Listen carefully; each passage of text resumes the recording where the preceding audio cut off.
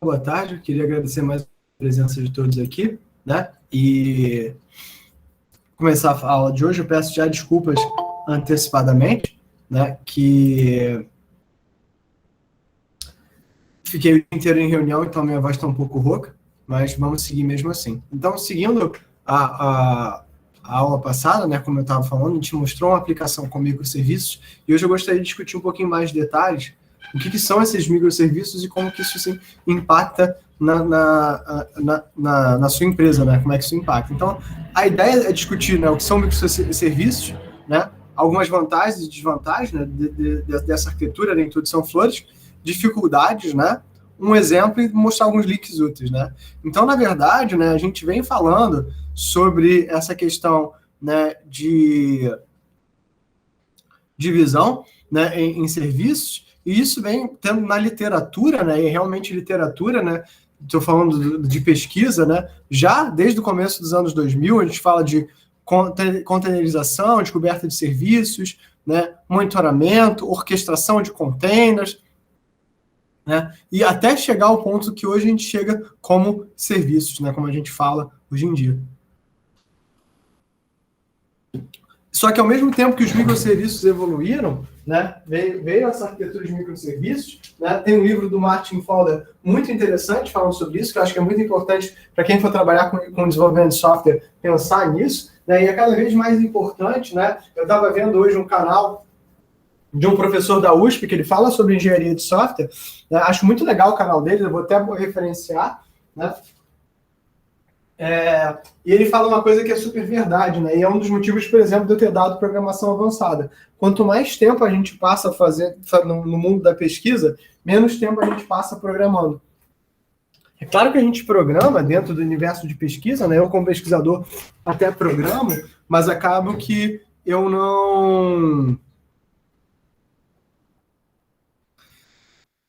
é a mesma coisa de trabalhar num projeto profissional, né? Então, esse é um dos motivos que faz com que a gente volte e meia pare e volte para a literatura, né? Volte para a bancada para você poder trabalhar com projetos, né? Simplesmente para você poder treinar essa técnica, né? E, ao mesmo tempo, né, tipo assim, que a gente acompanhei os microserviços surgindo, né, mais distante do que qualquer outra coisa, porque minha de pesquisa original era redes de computadores.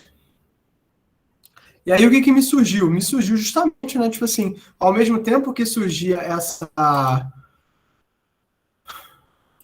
os microserviços, em paralelo surgiam as questões de CICD, né? Por isso que essa aula é um pouco de CICD, um pouco de microserviços, porque são coisas que surgiram juntas e que fazem muito sentido juntas, né? Que fazem muito sentido, né, de estarem rolando em paralelo, rolando, né, juntas, né, de acontecerem, né? Então, é muito interessante esse processo acontecendo, né? Então, o que é um microserviço? Né? Então, para você entender o que é um microserviço, você tem que entender como é que era o desenvolvimento de software na época que eu comecei a programar. Mais do que não ser web, né? Mais do que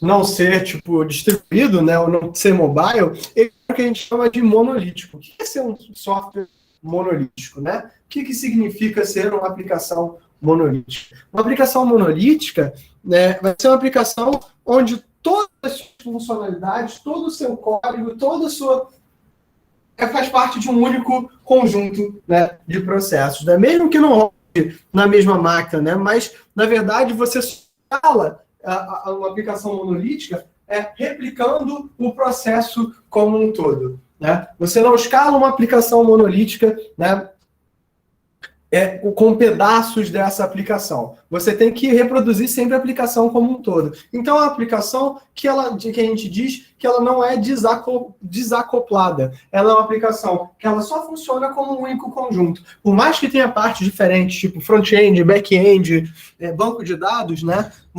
Todas essas partes são acopladas. Uma coisa que é interessante de pensar, você não tem um banco de dados separado para cada parte de uma aplicação monolítica. Você tem um banco de dados da aplicação.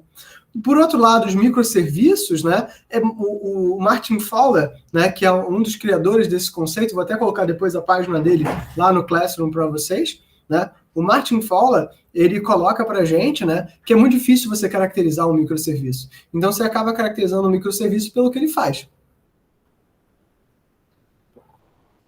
Então, assim, né, essa figura realmente eu tirei do livro do Fowler, né? Então, os microserviços vão colocar cada funcionalidade dentro de um serviço separadamente, né? E vai escalar distribuindo esses serviços entre diferentes servidores, entre diferentes recursos, entre diferentes containers. E o que é interessante desses serviços? Esses serviços, por si só, podem ser aplicações complexas. Aí entra uma questão que é muito bizarra, né? Que é uma questão que eu acho que é muito interessante de pensar. Quem aqui já ouviu falar sobre Big Data? Coloca aqui no chat. O Ernesto. Né? O que é ser big?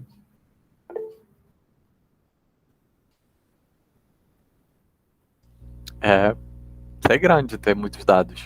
O que é ter 1 tera é muitos dados? Não, deveria ser tipo 10 tera é muitos dados? Não, papo de, sei lá, 1000 teras, eu diria. 1000 teras é ter muitos dados, assim, tipo... Mas, por exemplo, se eu estou lidando com um Arduino, vocês concordam que para um Arduino 100 mega é muitos dados? Depende do dado, né? Do que você está analisando. Depende também de quanto processar esse dado. É complicado, entendeu? Então, na verdade, quando você lida com Big Data, a resposta sempre é depende. Depende dos meus recursos, depende... Na verdade, o Big Data está mais associado a eu não conseguir lidar com os dados individualmente do que propriamente o grande volume, né? A gente tem os grandes Vs, né, do Big Data, que é o volume, variabilidade e veracidade, né? E tem alguns outros Vs que foram surgindo. No caso dos microserviços, é um problema similar. O que é ser um microserviço? Né? O que é ser um serviço único? Existe isso, um microserviço? Né? Então, esse é um trade-off. Então, o microserviço é mais sobre... Não necessariamente ele é pequeno no sentido de ter pouco código, mas ele realiza uma tarefa muito específica. E essa é uma das características que a gente vai medir. Então, aqui um exemplo bem claro, né, dessa arquitetura, no monolítico, né, que a gente vai chamar de monolítico porque vem do conceito de uma pedra única, interface lógica da aplicação e a camada de acesso aos dados fazem parte de uma mesma coisa. Aqui, na verdade, né, todas as partes de uma aplicação, elas vão poder exercer funções diferentes e elas vão servir e consumir coisas diferentes. Então, eu posso ter uma interface, uma ou mais interfaces, e a gente vai ver essas interfaces, elas assumem cenários diferentes, elas assumem visibilidades diferentes, né? Por exemplo, né, eu posso ter uma aplicação que ela tem uma versão mobile, ela tem uma versão web e ela tem uma versão desktop. Né? Por exemplo... Digamos que eu estou usando, sei lá, o Telegram. O Telegram tem uma versão desktop que eu estou usando aqui no meu Linux, ele tem uma versão mobile que eu uso no meu celular, ele tem uma versão web que eu uso no meu browser, né? E todos esses caras convivem. Então, na verdade, até mesmo essa interface, ela pode ser um microserviço, né? Os conceitos podem ser microserviços. O que é mais interessante? Eu posso ter um banco de dados específico para cada um desses microserviços. Ele não é mais um banco de dados da aplicação. A soma dos dados é dada por esses microserviços. E aí você tem alguns problemas relacionados a isso. Na verdade, tem vários problemas relacionados a isso que a gente tem que pensar, né? A gente tem que analisar, né? Então... Aqui é muito fácil de você entender a lógica da aplicação. Aqui já não é mais tanto. Ah, Cláudio, então, não é bom usar microserviço? Mais uma vez, depende. Tudo depende. Então, é isso que a gente tem que pensar. Assim, eu não estou aqui para mostrar o microserviço como uma bala de prata e todos vocês deviam parar de programar da forma que vocês programam para todo mundo trabalhar com microserviço. O mundo não é fácil assim. Quem me dera, né, que o mundo fosse fácil assim. Como eu falo até hoje para alguns dos meus alunos. De Comp 1 e Comp 2, né? Não é porque você aprendeu orientação a objeto que não vai ter uso para algumas coisas de programação estruturada. Até hoje, para vocês terem noção, até hoje existem momentos que eu faço alguns pequenos scripts em assembly, né? Justamente porque para alguns cenários de sensores faz mais sentido programar em assembly do que faz sentido programar, por exemplo, em C, né? Não que o C não seja muito difícil. E aqui, né, para vocês terem uma noção do quão rápido as coisas são, né? Tipo assim, então, uma comparação dos diferentes, né, isso aqui eu não tirei da minha cabeça, eu tirei de um artigo, dos diferentes modelos de desenvolvimento, né, arquiteturas, né, quais são as complexidades que a gente teria, né, em relação a trabalhar com os diferentes modelos. Tipo, modelo em camada, né, event-driven, microkernel, microserviços e baseados em espaços. Né? E a gente vai ver que do ponto de vista da overall agility, né, da capacidade que a gente tem de desenvolver e operar o sistema, né, o microserviço tem é bem tranquilo, o desenvolvimento, o deploy, né, a implantação é bem tranquila, a capacidade de teste é bem tranquila. Né? A única coisa que ele vai perder é em performance, e a gente vai entender isso por quê. Escalabilidade, muito bom, desenvolvimento, muito bom, enquanto, na verdade, né, tipo, a encamada, você, na verdade, vai ter só, né, a questão da testabilidade do desenvolvimento. Ela é mais simples de você implementar, tá? Inclusive do que o microserviço. Agora, se você pega, por exemplo, um modelo de microkernel, vai ter problemas com escalabilidade, desenvolvimento são mais complicados. Event-driven, desenvolvimento e testabilidade é complicado, né? Então, na verdade, cada paradigma vai ter vantagens e desvantagens muito associados, né? Para vocês terem noção, há muitos anos atrás, quando eu comecei a programar, a gente falava muito, né, sobre SOAP, né? E web services, né? E vocês devem ter ouvido falar, ou se algum de vocês começou a trabalhar há um tempo atrás, deve ter falado de web services, deve ter ouvido falar de SOAP e de SOA, né? Isso era muito importante, né? Hoje em dia a gente pode pensar o SOAP, né, como esse protocolo, né, o Service Oriented Application Protocol, né, como um antecessor do REST, né? Um antecessor do REST, né? E dentro dessa questão, né, de arquitetural, né, de você ter um web service, o que acontecia com o web service? O web service ele era muito simples, né? Então, na verdade, você tinha um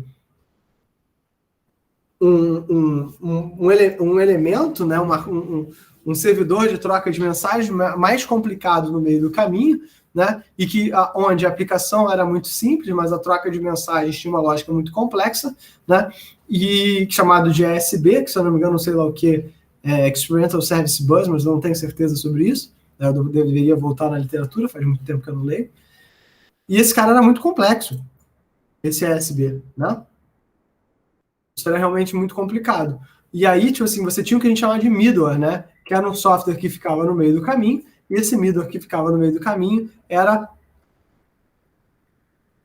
a cola que unia esses sistemas distribuídos, né? Quando você vai para o microserviço, você está jogando essa complexidade para as pontas. Realmente, para os serviços, eles é que vão ter todo esse trabalho de entendimento, né? Então, isso torna até você fazer a coisa muito mais simples. Né? E hoje em dia estão surgindo alguns serviços de mensageria, serviços que trocam, como, por exemplo, o Apache Kafka. A gente deve falar um pouquinho mais sobre Apache Kafka ao longo do curso. Escrevi Kafka errado, né? Deus me perdoe, né? Mas que estão trazendo um pouco mais de complexidade para esse tipo de aplicação, né? de troca de mensagem, mas ainda assim o microserviço é muito interessante da gente pensar. E uma coisa que passa a ser relevante, deve ser ficar, vocês devem entender, quando o seu serviço é monolítico, baseado em camadas, é muito fácil de você monitorar a saúde da tua aplicação, o desempenho da tua aplicação, a performance. No microserviço isso é muito mais complicado. Você precisa observar uma série de coisas, muitas vezes essas coisas elas são geradas automaticamente. Tá bom? Então, tudo tem vantagem e desvantagem. O microserviço não é uma bala de prata que vai resolver todos os seus problemas. Então, o que são? É um serviço pequeno e autônomo com uma e somente uma responsabilidade que uma API remota vai expor para o resto do sistema, e essa é a definição do Sam Newman. Né? Mas eu gosto dessa outra aqui, que é a arquitetura de microserviços, vai consistir na coleção de serviços pequenos e autônomos. Cada serviço é autocontido e implementa uma única capacidade de negócio, né? Quer dizer que ela não tem necessariamente uma única responsabilidade, mas uma única capacidade de negócio. Né? Ou então, por exemplo, fazer o billing do cartão de crédito, ou então trabalhar a interface, acessar o banco, né? Então, esse microserviço teria essa responsabilidade. E nota que interessante, né? Enquanto se você pensar antigamente, né, você tinha uma equipe, né, que trabalhava, né,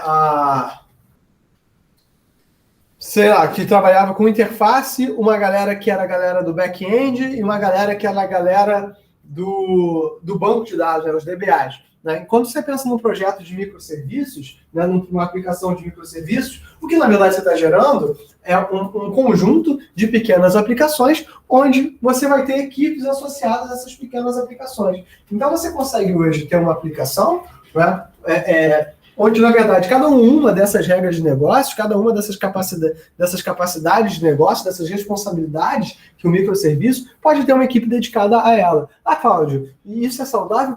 Porque como o serviço é pequenininho, é muito provável que num sprint a equipe consiga fechar um pequeno serviço. Então, isso quer dizer que no médio e longo prazo, a equipe vai conseguir fazer várias dessas capacidades de negócio e com responsabilidades diferentes, né? Inclusive na própria Amazon, né, tem uma brincadeira que o Jeff Bezos fez, que o tamanho ideal de uma equipe é aquela que pode ser alimentado por 2 pizzas família. Se você consegue comprar 2 pizzas, né, e alimentar a tua equipe durante um lanche, durante uma refeição, esse é o tamanho ideal da sua equipe, né? Então, lá no meu laboratório, isso quer dizer que a minha equipe ideal tem 2 pessoas. Então, isso é muito, né? Então, essa tem essas dificuldades, né? Cada grupo vai ter a sua. Né? Então, quais são as características do seu microserviço? Ele vai ter que ser pequeno, né? Independente, desacoplado, de forma que você possa substituir. Isso é muito legal, porque agora você não precisa mais formar a sua equipe única e exclusivamente baseado na tecnologia que a sua empresa usa. Como cada serviço ele é desacoplado, ou seja, cada serviço é independente, e o que vai acontecer contra esse serviço é troca de mensagens, né, dado uma API pública, ou vou estar trocando uma mensagem REST, gPRC, MQTT, que eu falei, né, que a gente vai conversar mais sobre esses protocolos nas próximas aulas. Essas coisas podem ter, né, eu posso trabalhar com diferentes tecnologias. Então, cada serviço vai possuir uma base de código separada, porque ele é, na prática, uma aplicação separada, com um ciclo de vida diferente, que pode ser implantado de forma independente, ou seja, eu consigo, inclusive, botar minha aplicação para jogo sem ter tudo implantado, e implantando os serviços conforme eles forem surgindo. Isso é muito legal. Né? E vão ser responsáveis, né? Esses microserviços vão ser responsáveis pela persistência dos próprios dados e estados. Né? Mas aí que vem o truque. Né? Eles são responsáveis pela persistência dos próprios dados e estados, mas não necessariamente a persistência da aplicação como um todo. E esse é o truque sujo. Né? Porque se você não é responsável pela persistência da aplicação como um todo, quem é que monitora isso? Quem é que garante, né? Imagina o seguinte cenário. Eu sempre gosto do cenário do Rock in Rio. O cenário do Rock in Rio é um cenário muito duro, né? É um cenário muito difícil de você ver essa... É um cenário muito difícil do desenvolvedor olhar para isso de bom grado, né? Por quê? Porque imagina o seguinte, eu tenho serviços de billing, né? Então, na verdade, eu estou lá pagando o serviço, né? E estou registrando. Onde é que eu registro o meu usuário? Né? É um banco de dados único? Eu vou registrar todo mundo numa única compra? Eu vou fazer... Cada microserviço vai ter um banco dos caras que comprou e depois manda esses dados para um outro serviço? Como é que isso funciona? Então, e se esse serviço crashar no meio antes de eu fazer esse backup? Esse cara não entra? Então, todas essas são questões muito difíceis de você ter. Quando é que você sabe que um serviço parou de funcionar de forma correta ou incorreta? Então, o monitoramento é muito complicado. Né? E é por isso que essas plataformas de CI/CD são tão relevantes para a gente vai ver mais por quê.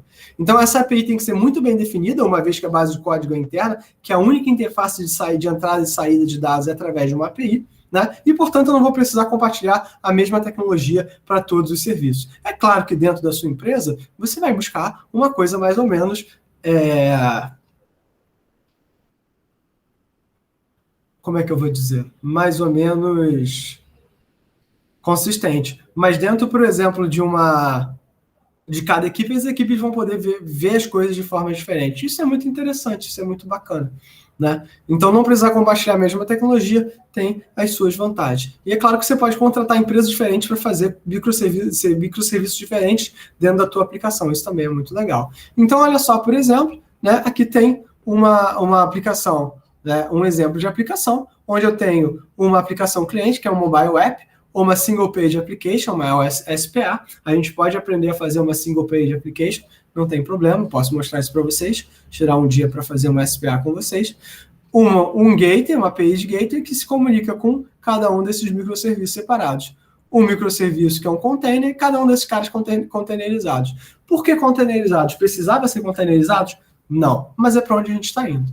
Né? Então, por exemplo, esse cara aqui, ele pode ser simplesmente uma implementação de um CRUD qualquer. Né? Então, eu vou ter design patterns associados a cada um desses. A gente vai ter uma aula falando sobre design patterns, né? Não sobre todos, porque isso é impossível, pelo menos para mim. Isso seria, na minha opinião, um curso completo, sobre o qual eu não garanto que eu tenha capacidade cognitiva para ministrar para vocês adequadamente, apesar de eu achar que é muito legal. Né? E esse é um exemplo muito simples de um microserviço, onde eu tenho responsabilidades diferentes. Né? Então, na verdade, a grande questão dos microserviços é que eu vou ter, né, elementos diferentes comunicados por uma API, né? E vão se comunicar com o próprio cliente da forma que for adequada. Né? Então, essa aplicação que eu estou mostrando aqui é a aplicação daquele livro que eu botei para vocês lá na Microsoft, Shop on Containers, né? Que é uma aplicação de referência de microserviços dentro do ambiente do .NET, o ambiente da Microsoft, né? Onde eu tenho aqui um web app tradicional, eu tenho um SPA, né, desenvolvido, né, com Angular, né, e TypeScript. Né? Claro, a gente vai ter uma aula de TypeScript? Eu não sei. Eu, particularmente, né, não tenho tanto carinho assim pelo TypeScript. Mas pode ser que a gente fale um pouquinho sobre TypeScript. Tá?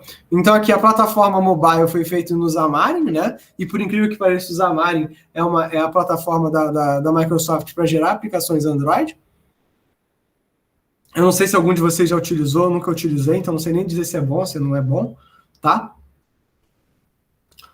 Eu tenho aqui uma web app, um core dessa web app que vai mandar para diferentes. Então, tem um microserviço, né, da cesta, né? Um microserviço de pedido, um microserviço para o catálogo e um microserviço de identificação, né? Que vão estar associados. Eu tenho um bus de eventos, né? Um canal Publish Subscribe que vai lidar, por exemplo, com RabbitMQ, que é com MQTT. Então, já vem o seguinte, já falei de REST, a comunicação pode ser via MQTT, eu posso comunicar via gPRC, gRPC, né? E a gente vai ter uma série, posso falar em GraphQL, que a galera também está gostando bastante.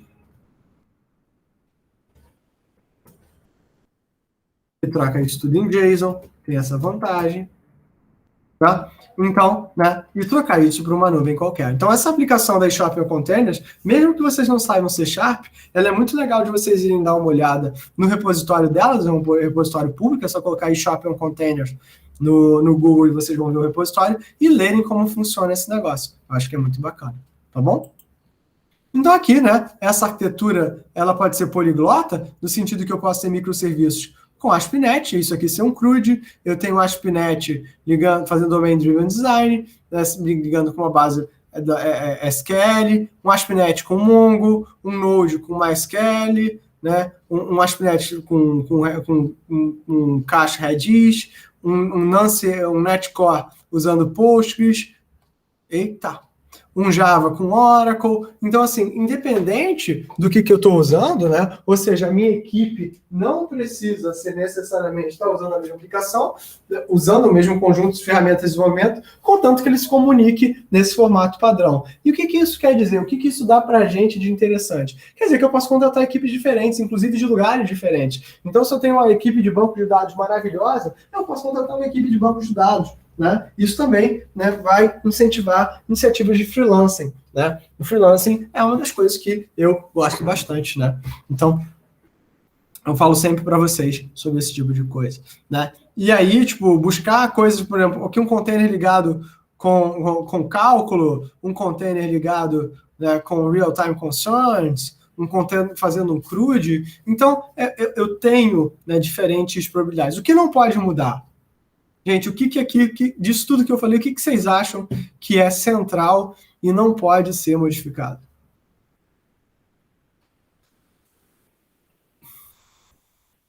Coloca aqui no chat. Hein? Estão aí? Estamos sim. O que aqui não posso modificar? Eu posso modificar tecnologia, posso modificar... o que eu não posso modificar?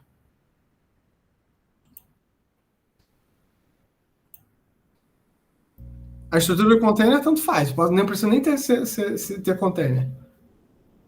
O que eu não posso modificar é a API de comunicação.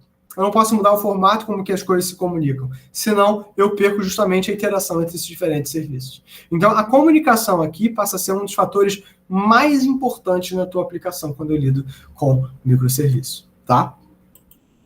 Então, aqui, né, uma das formas que a gente teve de encapsular esse processo foi com containers, né? A Microsoft usa o container da Azure, né? É a nuvem deles, né? Tem um container service que permite trabalhar com diversas tecnologias de orquestração de containers, né? E a gente volta a pensar o seguinte: o que é um container? E por que isso tem relação com o microserviço? Um container, você pode pensar o seguinte, né? Eu tenho aqui um container nada mais é do que uma camada fina de software, né? Que vai, né, encapsular, né, as necessidades da tua aplicação, mas vai se aproveitar dos recursos que o seu sistema operacional embaixo te dá. Ele é diferente de uma máquina virtual, onde eu tenho um sistema operacional hospedeiro e um software que finge ser o hardware, o software do sistema operacional, que vai fingir ser o hardware para o sistema, para instalar um outro sistema operacional. Tá? Então, essa é uma diferença muito interessante, porque enquanto na máquina virtual eu estou instalando o sistema operacional inteiro, no container eu estou instalando simplesmente o que eu preciso para a minha aplicação. Tá? Então, né,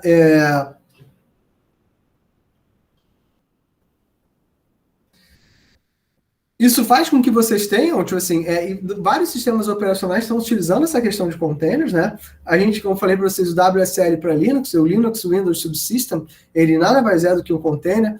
A Google no Chrome OS tem um container Linux para facilitar o desenvolvimento de aplicações, né? Então, tudo isso são oportunidades interessantes do uso de containers, e dentro desse contexto de microserviço, os containers acabaram surgindo em paralelo com essa discussão, justamente porque eles se tornaram a forma ideal de comunicação entre dois elementos, ou a forma ideal de você encapsular diferentes serviços que vão funcionar para diferentes, né, aplicações. E mais do que isso também se tornaram uma das formas mais interessantes de você desenvolver. Cláudio, e por que você diz isso? Eu digo isso porque eu tenho experiência no meu grupo. Né? No meu laboratório, durante um tempo, a gente tinha a seguinte questão: olha, as máquinas do laboratório vão usar esse sistema operacional nessa versão X, porque é mais fácil, porque, né? E conforme as pessoas foram trazendo os notebooks de casa, né, cada vez mais, menos a gente tinha como forçar isso, né, dizer qual era o padrão que a gente utilizava no laboratório. É claro que uma ou outra pessoa acabava seguindo, né, no próprio computador pessoal, mas isso não era via de regra. Né? Então, quando surgem os containers, né, a gente começa a dizer o seguinte: preparar containers das aplicações que a gente usa, que a gente desenvolve, né, e na prática isso, né, acabar sendo utilizado por todas as pessoas. Então, eu tenho alunos meus excelentes que estão utilizando o Windows, né, tem containers das aplicações que eles usam, né, para desenvolver usando o Visual Studio Code, né, e a vida segue muito bem para eles. Tá? E é isso que dá, né? Lembrando que a grande dificuldade dos microserviços é justamente o monitoramento, e que, teoricamente, você vê o microserviço como uma aplicação, então eu tenho um pipeline de CI/CD sendo aplicado, né, na construção desses microserviços, porque ele é uma aplicação. Só que o que é interessante, eu consigo, dentro do meu pipeline de CI/CD, fazer os testes, né, de unidade, cobertura, né? A gente vai falar mais sobre testes mais para frente. Ou seja, lembrando, a gente está, sei lá, o que, na terceira semana de aula, é isso? Quarta semana, terceira? Isso mesmo. A gente não chegou nem a um mês de aula, chegou? Ainda não. Ainda não. Né? Então a gente está na terceira semana de aula, ainda falta muita coisa para a gente ver. Né? Eu devo falar logo sobre teste, porque eu acho que essa é uma coisa que é importante, mas não devo falar, não sei se na semana que vem ou na outra. Né? Mas é muito interessante, gente, a gente ter esse pensamento, né, sobre justamente isso, né, sobre justamente quais são esses cenários que a gente está aplicando. Então, quando eu monto um pipeline de CI/CD, ou de Continuous Integration, Continuous Development, a gente vai falar mais sobre CI/CD mais para frente, estratégias de CI/CD, estratégias de como montar um pipeline de CI/CD no GitHub Actions, né, que é uma coisa muito legal de vocês terem, né, de assim, no momento que você sobe o código, você já poder gerar a imagem do seu microserviço e botar ele para jogo. E uma vez que você gerou essa imagem, né, botou num container raster, você vai fazer a implantação, você poder manter o monitoramento desse microserviço. Porque esse é o ponto fraco. Monitorar uma aplicação monolítica é fácil. A gente está careca de saber como é que faz. Monitorar um microserviço, isso é complicado. Isso dá trabalho. Então, na verdade, você vai precisar de ferramentas e estratégias de monitoramento desses microserviços, justamente para garantir que escala. Ah, Cláudio, mas a minha aplicação não precisa escalar. Não precisa escalar? Não. Então você não precisa de um microserviço, pelo amor de Deus. Então essas são as discussões que a gente está. A minha aplicação vai ser local na minha máquina. Você não precisa de um microserviço. Né? Você não precisa. Então vocês notam, né, que não existe bala de prata. Né? Não existe arquitetura que vai servir para todas as suas aplicações. Você vai ter que analisar problema a problema para ver para onde as coisas vão. Tá? Então aqui um exemplo, né, de um pipeline de microserviço. Um pipeline que está usando diferentes tecnologias, né, que vai encapsular e vai jogar para Azure, né, utilizando o serviço de gerenciamento da própria Microsoft. Né? E é um pipeline muito tranquilo de utilizar. O ASP.NET é uma boa plataforma, né? A plataforma .NET não é uma plataforma ruim. Né? Eu tenho meus preconceitos pessoais, mas são preconceitos pessoais, é uma parte, eles são injustificados, tá? Eles não são realistas, tá? E é interessante, né, ver. Um outro exemplo de plataforma, aqui uma plataforma um pouquinho mais simples, né, é uma plataforma usando o .NET e o Java, simplesmente, né, onde você cria tudo na tua mão, e é um exemplo de pipeline, né, onde, na verdade, tudo é feito via script e você pode trabalhar. Um outro exemplo é usar só realmente o modelo do .NET. Eu já usei isso num curso que eu dei para o IBGE.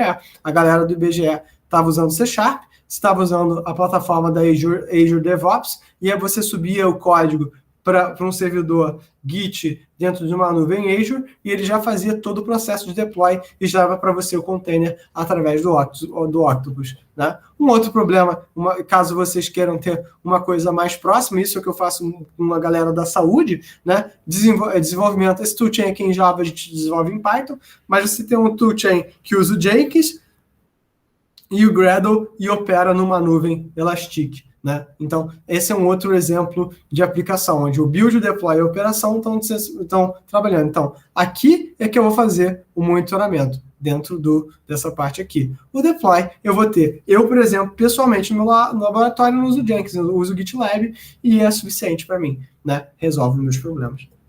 Então, quais são os desafios? Né? É complicado? Sim, porque, na verdade, você está aumentando a sua base de código, de certa forma, né? Você tem mais coisas para se preocupar, né, do que simplesmente a lógica da aplicação. Desenvolvimento e teste, de forma geral, não são tão afetados, uma vez que você entende, mas não é toda a equipe que entende, então o treinamento, às vezes, existe. Ah, Cláudio, mas aí se o cara não sabe fazer, eu demito ele e contrato outro programador. Não é assim, programador é difícil de achar. Tá? Bons programadores são difíceis de achar, mas tem um monte de gente fazendo Hello World por aí. Né? Eu estou mais suscetível à comunicação, né? O congestionamento e atraso na rede passam a ser um problema. A integridade dos dados, eu sou obrigado a manter ela, né? Então, trabalhar com gerenciamento, versionamento, né, são coisas extremamente importantes. A realização do monitoramento da tua aplicação é muito complexo, são coisas que eu tenho, né, que realmente exercer esse controle, eu tenho que discutir isso muito bem, tá? E eu tenho um conjunto de habilidades necessárias para você trabalhar. Ou seja, você tem que ter as capacidades de organização muito, né, muito bem executada para que equipes diferentes consigam, né, se comunicar. Porque se tiver alguma falha de entendimento da API de comunicação, o microserviço pode dar galho. Então você precisa entender exatamente que mensagem que entra e que mensagem que sai e o que está surgindo ou não para que você possa trabalhar. Não tem mistério, mas você precisa ter esse controle dentro da sua aplicação, tá bom?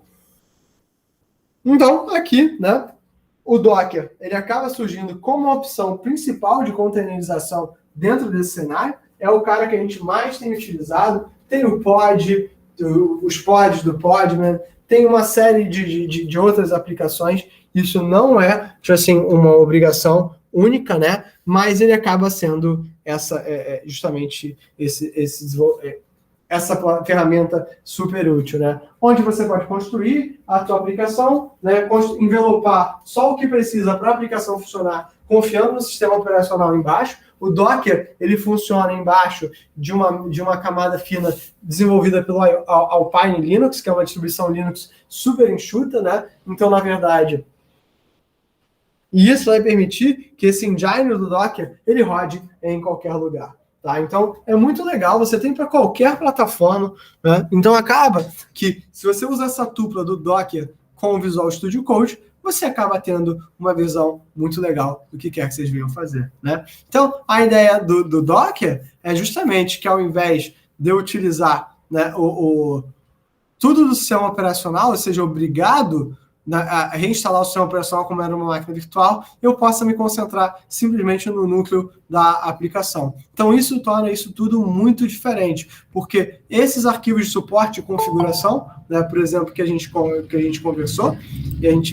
eles são só eles que eu vou me basear. Isso no cliente do container, né, na Docker Image, que vai ter as ferramentas para fazer não essa tradução, mas levar essa aplicação de um lado para o outro de forma independente. Eu estou usando o máximo possível do meu sistema operacional, né, enquanto a virtualização ele é realmente um sistema operacional hospedeiro. Então, nesse caso, quando eu tenho esses microserviços, né, com uma imagem extremamente enxuta, né, isso passa a ser verdade. Então, não é fácil desassociar a expansão dos microserviços com o crescimento dos containers. Porque imagina que, na verdade, cada um desses microserviços fosse uma máquina virtual diferente. Isso é extremamente problemático. Aqui, eu estou encapsulando só o que me interessa. Isso me dá uma vantagem competitiva muito grande. Ah, Cláudio, mas o meu container pode ser um sistema operacional completo? É claro que pode. Pode sim. Inclusive, como eu falei, é isso que o Google faz. O container que ele faz, ele busca, né, no repositório do Debian. Então,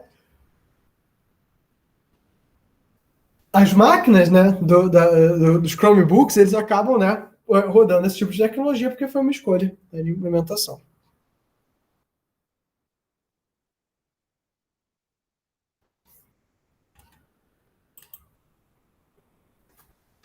Então, o Docker ele vai ter 3 containers, já que são os containers propriamente dito, as imagens do Docker e os Docker Files, né? O uso do Docker é muito simples, né? Eu posso buscar uma base, mas, na verdade, eu gostaria de mostrar para vocês o Docker Hub. Né? Alguns de vocês já devem conhecer, né? Mas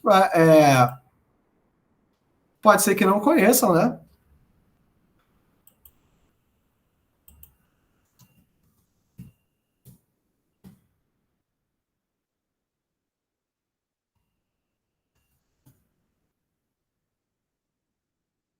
Então, aqui eu posso pegar, por exemplo, assim, um container, né? Estou pegando um container aleatório, tá, gente? Um container do React.js, clicar aqui nesse candango aqui. Professor, a gente não tá vendo. Ah, tá. É porque eu fui burro. Foi mal, calma aí.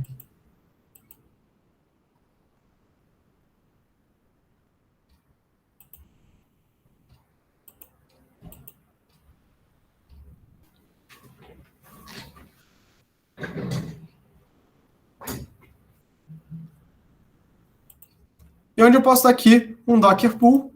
Eu vou vir aqui, tenho que parar de novo, porque eu fui burro de novo. Calma aí. Eu tenho que compartilhar a tela como um todo, gente, não tem jeito.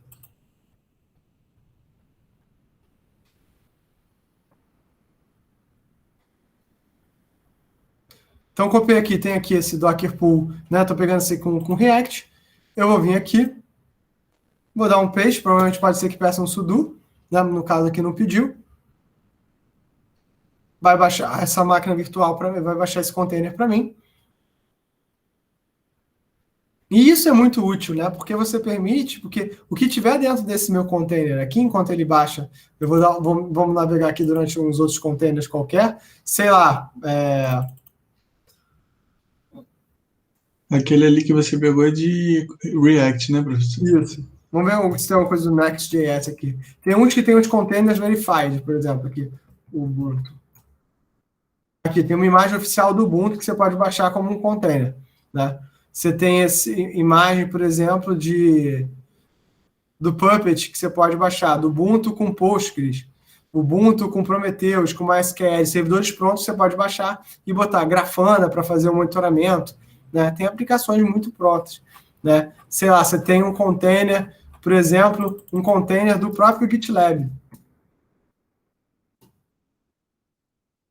Assim, então você pode baixar um container do GitLab e botar para jogo, para rodar e para fazer as coisas funcionarem como se fosse a tua aplicação, né? Então tem muita coisa pronta, né? Do próprio Redis, né? Tem aqui uma imagem oficial, né, pronta para você botar para jogo, né? Então acho que até das linguagens de programação tem tipo Python. Aqui tem uma oficial image do Python que vocês podem utilizar do MySQL, né, do Django, né? O próprio Shopping Containers eu acho que tem aqui no do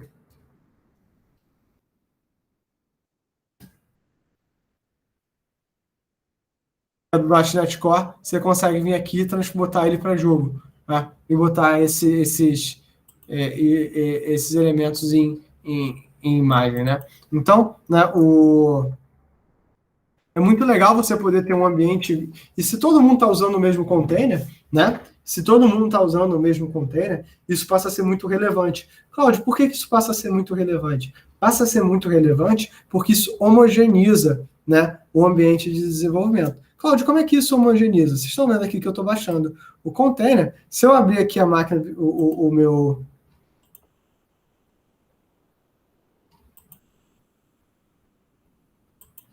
Né? Se eu abrir aqui, né, os meus plugins, né, eu vou ter um plugin aqui do Docker, né, que eu instalei. É um plugin dentro do meu Visual Studio Code, né? Cláudio, que não é mas esse não é o Visual Studio Code, Cláudio. Não é o Visual Studio Code. Esse aqui é o Visual Studio Code, mas é bom bastante, né? É um cara bem bacana, né, de se utilizar. E ele vai ter diversas, né,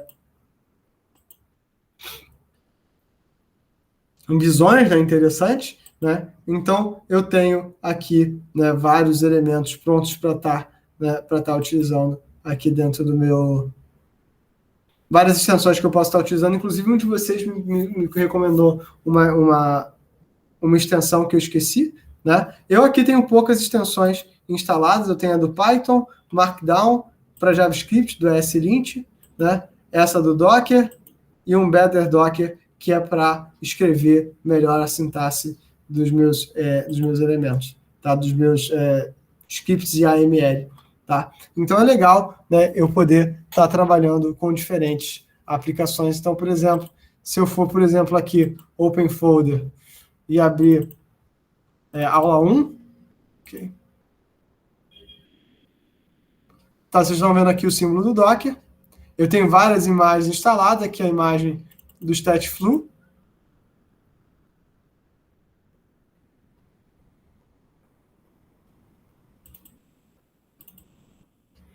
Né? Várias imagens, eu posso iniciar a minha imagem, eu posso vir aqui e dar um run nessa minha imagem aqui, e pronto, eu estou dentro do meu container e eu posso estar desenvolvendo aplicações, né, utilizando como se fosse o meu próprio ambiente local. Então, independente de eu estar, né, por exemplo, usando Windows, usando Mac, usando Linux, né, isso é indiferente. Vocês podem combinar um container próprio de vocês e esse ser o ambiente de desenvolvimento que vocês vão trabalhar. Então, se você está usando Windows, está usando Mac, está usando o que quer que vocês sejam, vocês podem, né, tipo assim, vocês podem usar o seu sistema operacional padrão, feliz e contente, se você tem o Docker instalado na sua máquina, se você tem esse plugin do Docker, né, se você está usando o Visual Studio Code, vocês podem usar o mesmo container para desenvolver com as mesmas aplicações, com o mesmo cenário, para chegar num local, né, de fazer no mesmo local para você trabalhar. E eu posso mudar o meu container, né?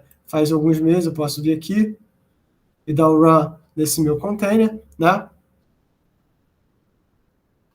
Eu posso vir aqui, né, e fazer qualquer outra coisa. Então, né, posso trabalhar à vontade o meu elemento.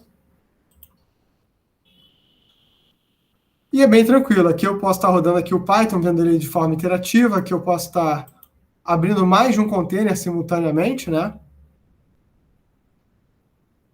E esse container aqui que eu acabei de baixar tem alguma coisa esquisita como ele, mas esse aqui do Python está aqui. E eu posso vir aqui, tipo... Math. Pronto, funciona. É tranquilo de trabalhar, tá? Então, tem várias imagens aqui. Eu posso vir aqui na imagem do Ubuntu.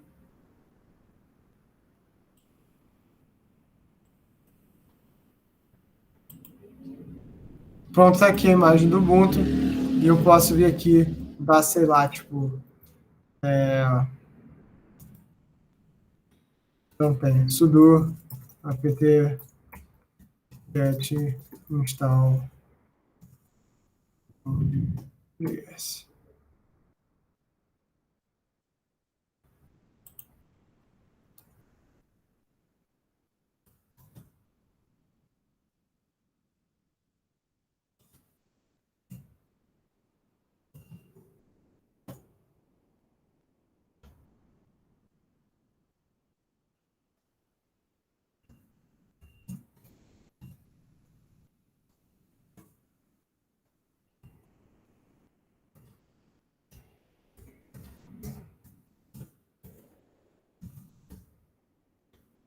Pronto, posso fazer qualquer coisa, né? Então, isso facilita bastante o nosso cenário de desenvolvimento, né? Justamente porque isso é uma das coisas que a gente é capaz de trabalhar, tá? Então, tem muitas coisas associadas, né, com o Docker que valem a pena. Você tem, né, ele para Windows, né? Para quem estiver usando Windows, eu imagino que a maior parte de vocês esteja utilizando hoje o Windows, né, para trabalhar, né?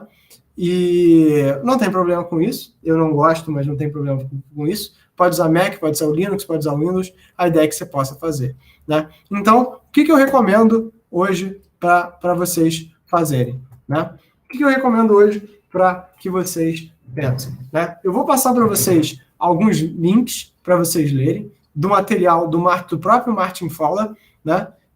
Vou colocar lá no Classroom, mas para quem já quiser e dar uma olhada, esse é o próprio blog do Martin Fowler, onde ele fala sobre microserviços, né? E vão ter uns caras que vocês vão conhecer, né, das nossas aulas, né, como Martin Fowler, o próprio Uncle Bob, que são uns caras muito famosos do ambiente do cenário de desenvolvimento. Eles vão trabalhar ao longo várias das coisas que eles vão falar, a gente vai discutir, né, ao longo do curso. Então, por exemplo, nesse artigo que eu acabei de compartilhar, ele fala sobre uma série de coisas, vocês vão inclusive ver algumas das coisas que eu mostrei aqui para vocês.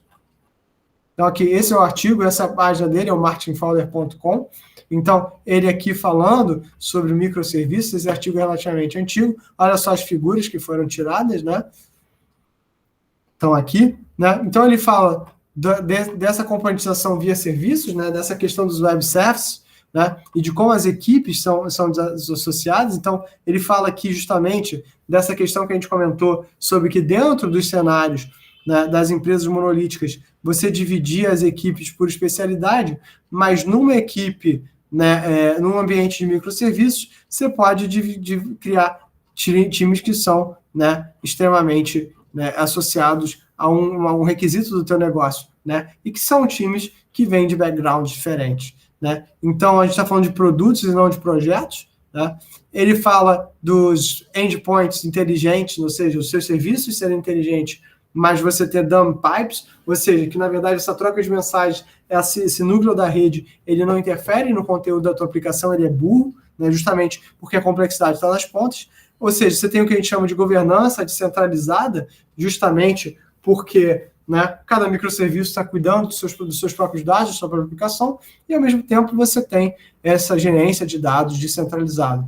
Aqui ele fala sobre um banco de dados único sendo utilizado por toda a aplicação, mas que cada microserviço vai ter seu próprio conjunto de dados. Isso é muito legal, né? Essa infraestrutura de automação, né, é o que a gente está chamando do pipeline de CI/CD, e é muito legal ver justamente isso, né? que a gente já fala nisso há muito tempo, mas só agora a gente consegue fazer. Então, qual é o cenário ideal para o desenvolvedor? O cenário ideal para o desenvolvedor é isso ser completamente transparente. Você vai subir o teu código para o teu repositório, né? E ao subir o código para o teu repositório, você não tem mistério, né? Você vai rodar testes, buildar a imagem, monitorar essa imagem, testar essa própria imagem, verificar questões de segurança. A gente vai falar sobre desenvolvimento seguro. Eu bato muito nessa tecla. É muito importante que hoje em dia a gente fale sobre desenvolvimento seguro para vocês dentro do curso, né? É de extrema importância, de extrema relevância que a gente chegue a essa discussão. Então, vale a pena vocês darem uma olhada sobre isso, tá? Ele fala da questão do design for failure, based on failure, né? Ou seja, que na verdade você está gerando a tua aplicação, né?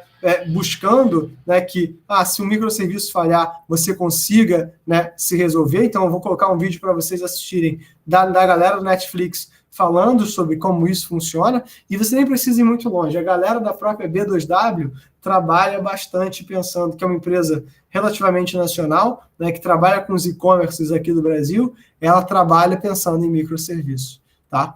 Então, assim, é um design evolucionário, onde, na verdade, né, tipo assim, quanto mais você precisa, né, mais você pode construir serviços para substituir serviços, né? E ele acaba discutindo se isso é o futuro, né? Não necessariamente, né? Essa é a discussão do que o Martin Fowler diz. Não necessariamente, mas é uma abordagem boa para trabalhar. Vou colocar esse outro link aqui, que é um link assim mais piquititito, né? E acho que é legal vocês terem claramente essa visão, né? Sobre desses diferentes elementos, né? Esse aqui foi uma palestra do Josh Evans dentro da KeyCon, né, falando sobre microserviços, né, e essa aqui é uma palestra do próprio Martin Fowler, de mais ou menos 20 minutinhos, falando sobre microserviços. Todas essas coisas eu vou colocar ali dentro, bem como essa aulinha de 13 minutos desse meu colega, Otávio Lemos, que, se não me engano, ele é da USP, trabalhando com isso, e foi formado, fez o doutorado dele em engenharia de software. Então, né, existe toda essa preocupação, né, dos microserviços, faz sentido em projetos gigantes, em projetos que precisam escalar, quando você fala sobre Content-Driven Networks, Content Delivery Networks, né, redes orientadas a conteúdo, onde você vai trabalhar.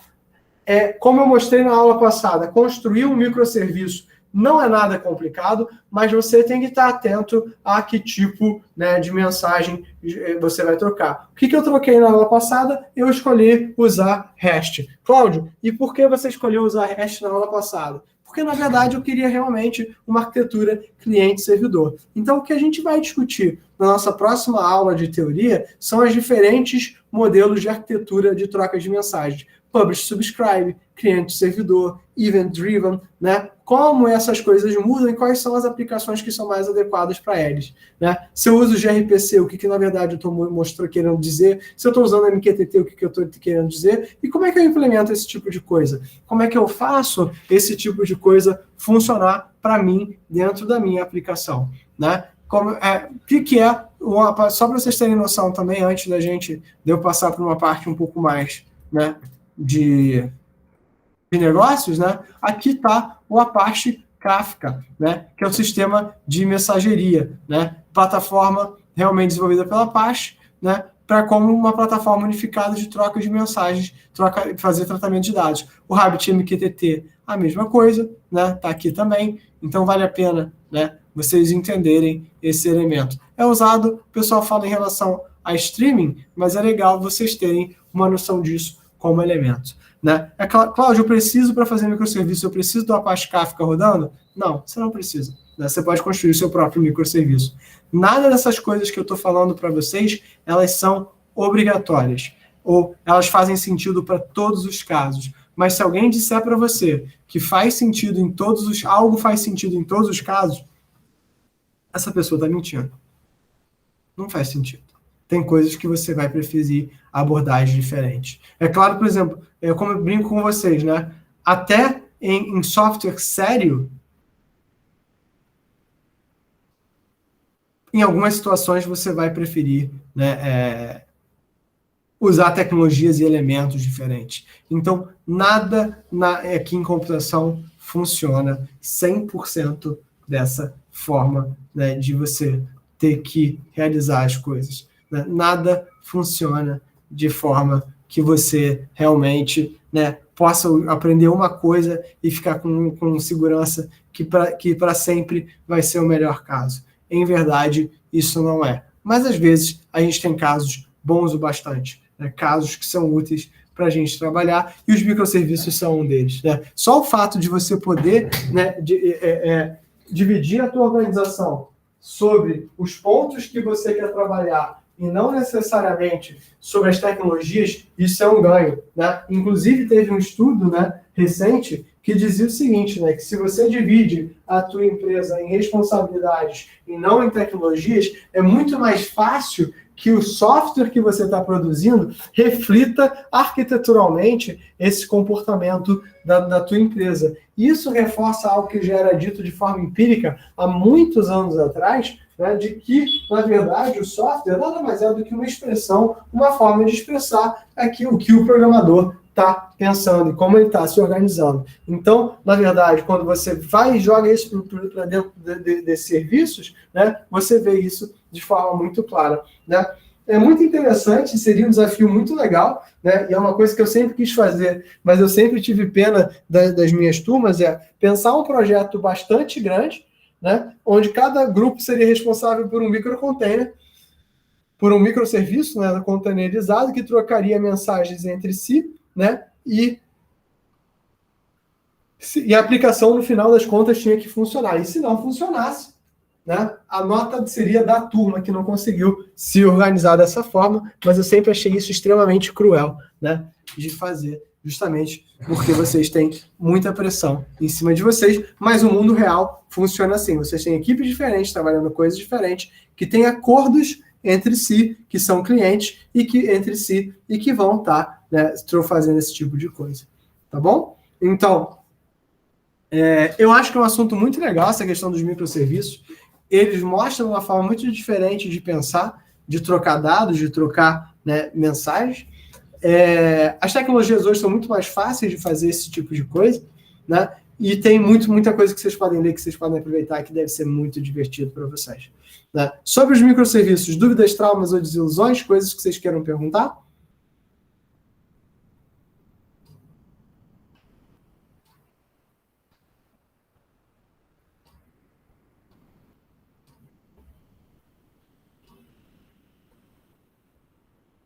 Sim, não, talvez?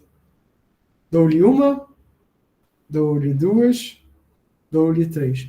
Beleza, tá? Então, aos poucos, a gente vai se aprofundar ao longo do curso em aspectos diferentes disso que eu falei, por isso que é importante que vocês deem uma olhada naquele material que eu vou botar lá no Classroom também para vocês. E, além disso, está gravando, caso vocês queiram voltar no vídeo para tirar alguma dúvida, né? E é sempre um prazer ajudar vocês. Hoje, do ponto de vista de negócios, quem já ouviu falar sobre nomadismo digital?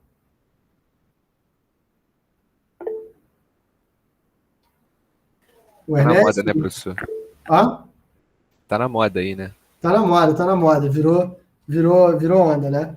Então, o que significa o nomadismo digital? Significa que você tem um emprego, né, que normalmente que possa ser realizado pela internet e que você não mora num lugar fixo. Por que isso é uma tendência interessante, né? É uma tendência interessante que ela era pensada há 10 anos atrás, quando as pessoas falavam sobre isso, né? Isso era coisa de hippie, né? Então era de gente nova que tinha uma mochila nas costas e morava de hostel em hostel. Eu tenho colegas que viveram isso durante algum tempo, né?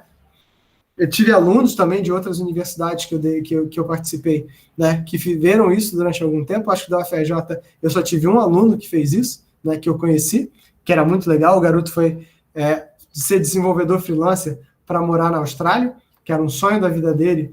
E eu acho justo, quando você é muito novo, você fazer os seus sonhos, né, porque você tem poucas coisas te prendendo.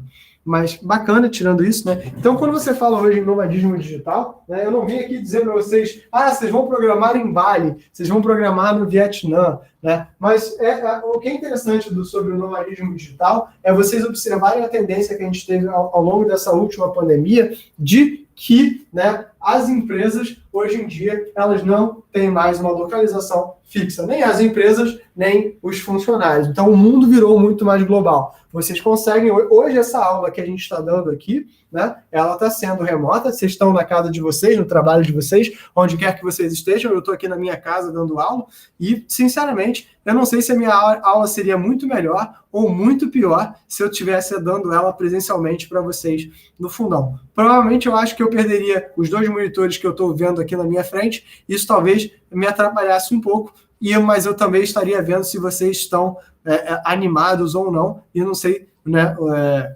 Então tem trade-offs, né? Mas o mundo mudou de certa forma muito interessante, e isso bate diretamente com a forma como a gente faz software, né? Agora imagina você é uma empresa, o objetivo final da tua empresa não necessariamente é desenvolvimento de software, então você tem uma equipe de desenvolvimento relativamente pequena, uns 4 ou 5 desenvolvedores tentando cumprir as necessidades de software da sua empresa, né? Às vezes especializada, às vezes uma equipe de TI menorzinha, uma galera que vai estar desenvolvendo a plataforma de e-commerce da empresa, e você surge uma necessidade relativamente rápida de uma determinada empresa americana. O que você faz? Né? Tipo, dependendo, se a tua arquitetura é monolítica, você obrigatoriamente tem que contratar um novo programador para se integrar com a sua equipe, o que hoje em dia já não é mais um problema, porque essa integração seria toda remota. Mas se você trabalha com uma arquitetura de microserviços, né?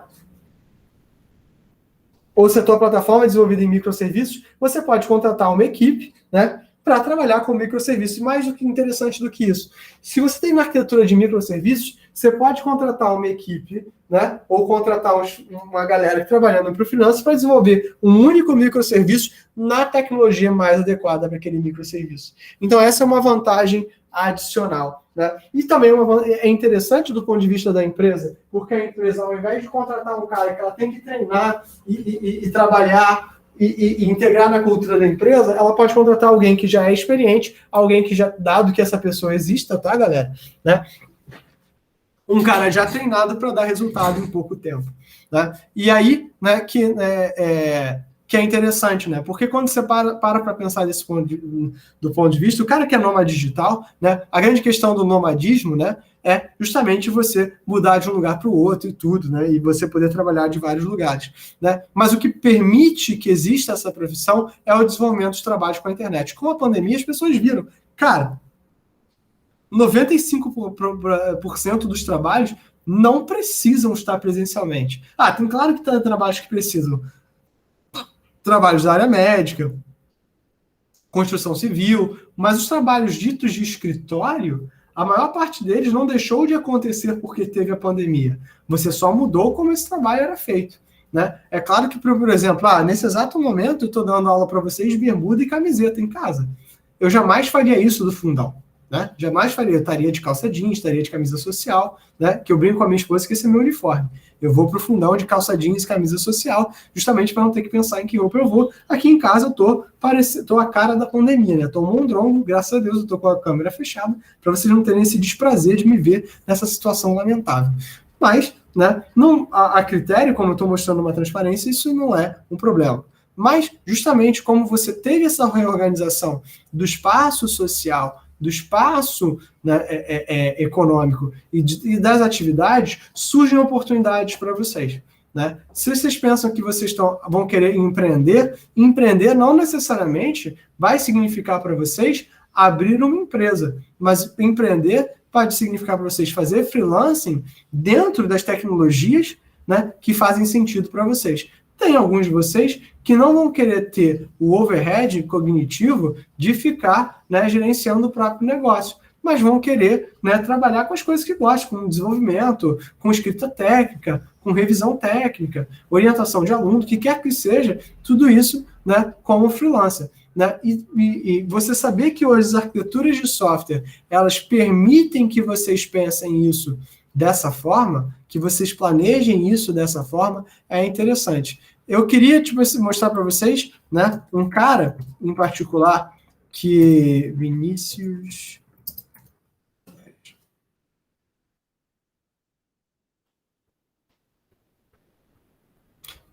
Esse cara aqui, o Vinícius Teles, ele foi um ex-professor da UFRJ. Na verdade, deu a aula de programação ágil para mim há muitos anos atrás.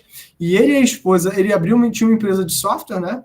Ele era desenvolvedor. Ele e a esposa dele, há um tempo atrás, largaram tudo e passaram a viver, né, desenvolvendo. E o que me permitiu ele a viver Hoje em dia ele trabalha vendendo essa questão, né? Tem cursos sobre nomadismo digital, como fazer, É claro que o nômade digital dele é muito diferente do nômade digital que os meus colegas de 20 anos eram, né? Mas o que possibilitou ele a ter essa vida foi realmente ele trabalhar com a web desde sempre. No caso dele, ele tinha um produto, né, que gerava para ele riqueza, né?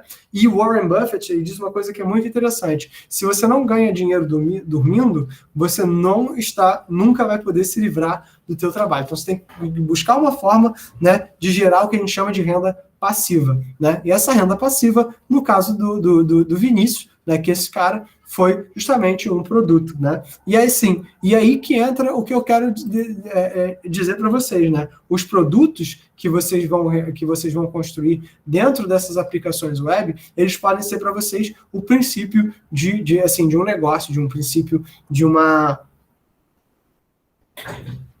oportunidade, né, de vida diferenciada, né, que não era possível alguns anos atrás e que as pessoas estão repensando. Algumas empresas ainda estão discutindo a questão da cultura empresarial em tempos da pandemia, né, que a falta de contato humano faz com que a empresa perca a cultura dela, né, perca a discussão do espaço dela. Algumas empresas estão preocupadas com o seguinte: será que eu estou conseguindo entregar mais ou menos? São pessoas diferentes, estão se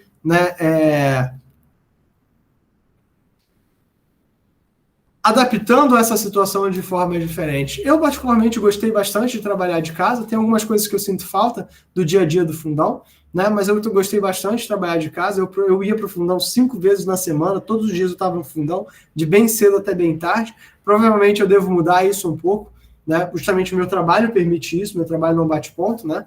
Então, ele é o trabalho do docente é um trabalho diferenciado, mas, né, eu vou ter justamente esse porque tem coisas que em casa eu consigo me concentrar melhor. Então, é uma forma, né, até de repensar como vai ser feito, né, o trabalho, repensar como muda essa questão, e justamente o cenário de software hoje permite isso para vocês. Então, o nomadismo digital, ele é uma opção, é uma coisa muito interessante, principalmente vocês, se recém-saídos da faculdade, né, que não vão estar casados, ou então que vão levar a namorada, a esposa, namorado, esposo, afins, né, para viajar com vocês. Essa é uma opção que hoje em dia a profissão de vocês permite. É claro que existem muitas profissões associadas ao desenvolvimento, a própria escrita técnica, onde você trabalha com a escrita da documentação, revisão técnica, testing, todos esses trabalhos que permitem vocês terem uma atividade remota vão permitir que vocês realizem esse tipo de... tenha esse tipo de oportunidade, que 10 anos atrás era algo muito mais difícil de se fazer. Hoje em dia, com celular e bom senso, vocês fazem muita coisa. Pessoal, dúvidas, traumas, desilusões, coisas que vocês queiram perguntar?